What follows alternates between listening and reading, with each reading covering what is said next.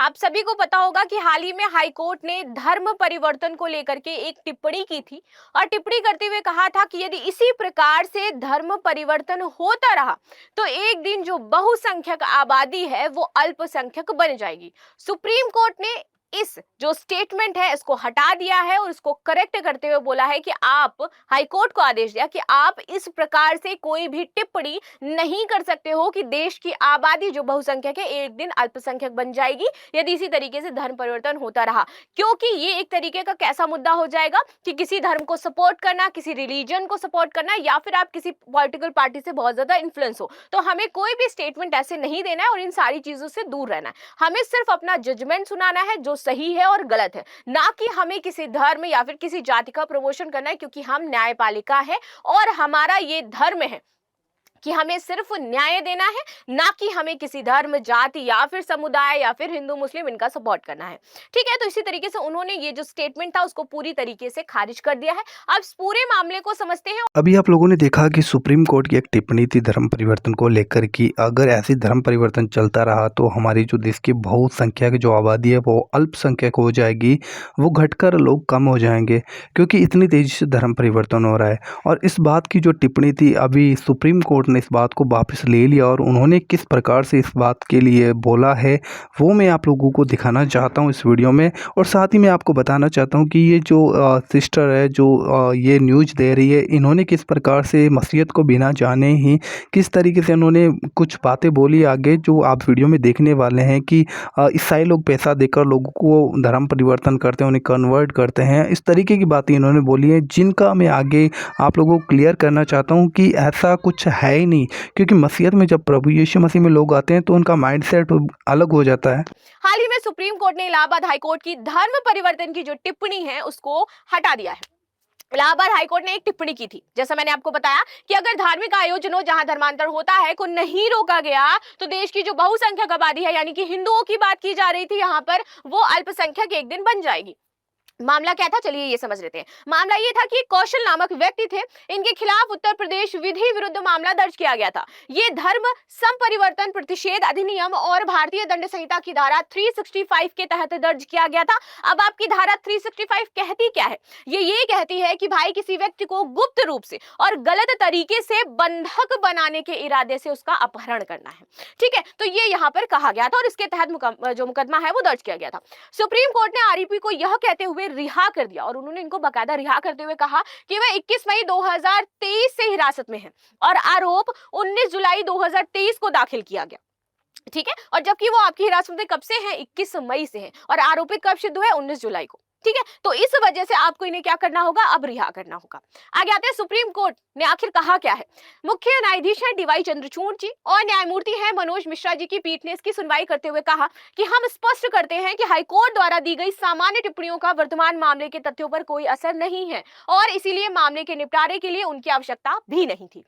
इसीलिए इस टिप्पणी का हवाला हाईकोर्ट या किसी अन्य अदालतों में किसी अन्य मामले की कार्यवाही में नहीं दिया जाएगा। यदि आपको पता हो कि यदि कोई हाईकोर्ट एक स्टेटमेंट दे देता है किसी चीज को लेकर के तो अन्य हाईकोर्ट उसके बिहाफ पर फिर फैसला सुनाने लगते हैं। अगर सुप्रीम कोर्ट ने कोई एक जजमेंट दिया है, बेंचमार्क उनका कोई एक आया है, तो वो फिर सभी के लिए सेट हो जाता है। सभी न्यायालय उसी बेंचमार्क का यूज करके आगे सुनवाई करते हैं। हाईकोर्ट ने दिया है तो उसके जो निम्न अदालतें हैं उसका यूज करेंगी। ठीक है, तो यहाँ पर ये बोला गया कि भाई इन्होंने जो स्टेटमेंट दिया है अब अन्य अदालतें उनका यूज करके कोई भी फैसला नहीं सुनाएंगी। ये हम अभी नल एंड वॉइड करते हैं इनकी कही गई बात को। आगे आ जाते हैं, इलाहाबाद उच्च न्यायालय की सुनवाई में क्या हुआ था। देखिए, इससे पहले आप देखोगे कि 2 जुलाई को हाईकोर्ट ने जमानत याचिका पर सुनवाई करते हुए कहा था कि आवेदक उत्तर प्रदेश के हमीरपुर से लोगों का क्या कर रहे हैं? धर्मांतरण कर रहे हैं। ये मामला आपका उत्तर प्रदेश का ही था।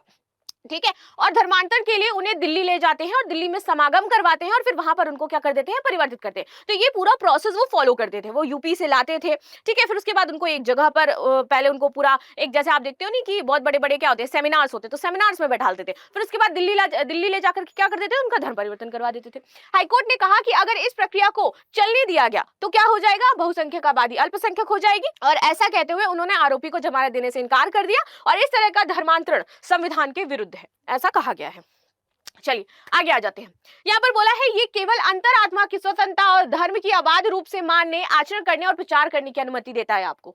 इसमें आगे कहा गया है कि यह इस बात न्यायालय के संज्ञान में कई मामलों में आई है कि अनुसूचित जाति, अनुसूचित जनजाति, आर्थिक रूप से गरीब व्यक्तियों सहित अन्य जो जातियां हैं, इन लोगों को ईसाई धर्म में धर्मांतरित करने की कोशिश अवैध गतिविधि पूरे उत्तर प्रदेश में बड़े पैमाने से की जा रही है। तो जैसे मैंने बताया था कि ईसाईयत इस टाइम बहुत ज्यादा तेज है और यहाँ पर लोगों को बहुत जल्दी किस में कन्वर्ट किया जा रहा है, ईसाई में कन्वर्ट किया जा रहा है। बहुत सारे लोग हैं जो आप देखोगे जो जेन्युइनली ईसाई हैं, जिन्होंने बैप्टिज्म अपना लिया है, लेकिन वो फॉलो क्या करते हैं, दुनिया को दिखाते हैं कि वो हिंदू है, लेकिन जनरली वो क्या है, एक ईसाई है। और ईसाई में लोग परिवर्तित क्यों हो रहे हैं, इसका रीजन मैं आपको बताती हूँ। क्योंकि वो लोग क्या करते हैं, पैसे देते हैं। वो कहते हैं कि अगर आप इसमें कन्वर्ट होगे तो हम आपको कुछ एक साथ अमाउंट देंगे, फिर आपके बच्चों की पढ़ाई का जो खर्च है वो देंगे, प्लस कुछ महीना आपको देते रहेंगे। तो जो कुछ गरीब लोग हैं, जो अनुसूचित जाति से आते हैं, ये सारी चीजें, तो उनको इसमें आसानी से कन्वर्ट कर दिया जाता है क्योंकि उनको पैसे की आवश्यकता होती है।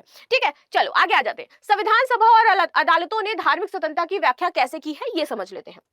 इसके लिए हमारे पास है आर्टिकल 25(1). ये कहता है कि सभी व्यक्ति अंतरात्मा की स्वतंत्रता और धर्म को स्वतंत्र रूप से मानने, ये हमारी मर्जी, हम किसी भी धर्म को स्वतंत्र रूप से मान सकते हैं। आज मैं हिंदू हूं, मेरा मन करे कि कल को मुझे क्या बनना है, पारसी बनना है, मैं जाकर के यहूदियों में जाकर के चली जाऊं, मेरी मर्जी है कि मैं बन जाऊंगी जाकर के, या मैं कल को कहूं कि मुझे ये सारे धर्म छोड़ देने हैं और मुझे जाकर के क्या करना है, ईसाई बनना है। ठीक है, तो ये मेरी विश होनी चाहिए कि अगर मैं चाहती हूँ तो मेरे पास ये अधिकार है कि मैं बन सकती हूँ। लेकिन अगर कोई जबरदस्ती मेरे को धर्म परिवर्तन करवा रहा है तो ये गलत हो जाएगा। ठीक है, आगे आ जाते हैं। अभ्यास करने और प्रचार करने में समान रूप से अधिकार है कि वो किसी भी धर्म का अभ्यास कर सकता है और उसका प्रचार कर सकता है। धार्मिक स्वतंत्रता पर बहस संविधान सभा के समय से चली आ रही है। संविधान निर्माताओं ने प्रचार करने के अधिकार को मौलिक अधिकार के रूप में शामिल करने पर बहस करी थी और उन्होंने बोला था कि ये जो प्रचार करने का अधिकार आप ऐड कर रहे हो, दिस इज नॉट गुड। आपको इसमें ये नहीं करना है कि आप प्रचार करने के अधिकार को शामिल कर दो, वरना चीजें बहुत ज्यादा बुरी हो जाएंगी। ठीक है, कुछ सदस्य प्रचार जो शब्द है उसको निजी तौर पर अभ्यास के लिए बदलने के लिए चाहते थे, और क्योंकि उन्हें डर था कि यह अधिकार जबरन धर्मांतरण के लिए जगह बनाएगा, और एक्चुअली ये हो भी रहा है।